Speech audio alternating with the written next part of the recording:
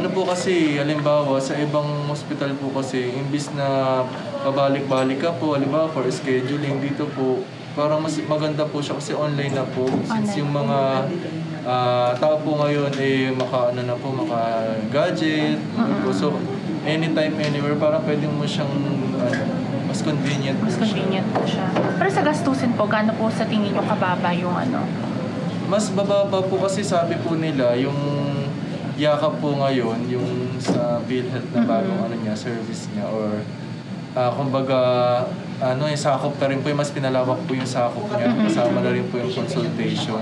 Okay lang po bang malaman namin kung ano po yung mga i-a-avail niyo po na services under the yakap program? Kasi po nung nag-register po ako kasi nakaramdam po ako nung pananakit ng ulo. Tapos parang inisip ko kung saan gagawin ko, ganun po. Tapos na-search ko po yung sa Jose Reyes po na meron po silang ganito na online po.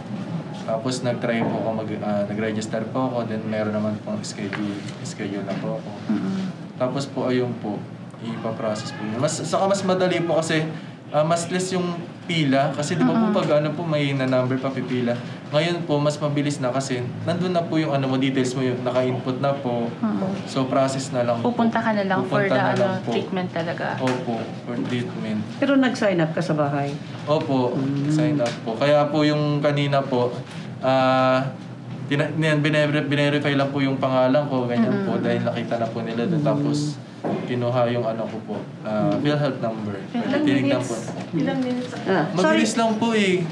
Siguro po hindi niyo po napansin kasi ako po yung nasa likod po, yung yung pangalawang pasyente. Bali mabilis lang po kasi binerify lang nila tapos pinasa na kagad yung mga papers po dun sa step 3. Ay, step 3 po.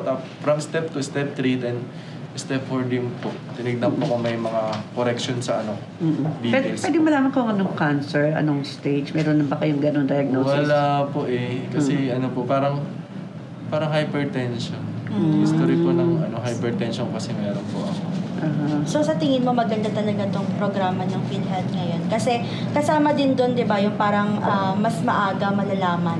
Opo, no? Opo. Siyempre po, pag sa step 1, ganoon pa lang, mapapabilis na. Parang masasakop na rin yung ibang mga steps kasi mas mapapabilis din po kung mayroong ganito. So ngayon, saan ka na ngayon after nito? Ang gagawin ko na po ngayon is binigyan po ako ng follow-up check-up ng doktor. Tapos po, pag nakuha ko po yung mga laboratory, paka-laboratory po kasi ako. Tapos, pwede na po ulit ako mag-avail ng magpapa-schedule po.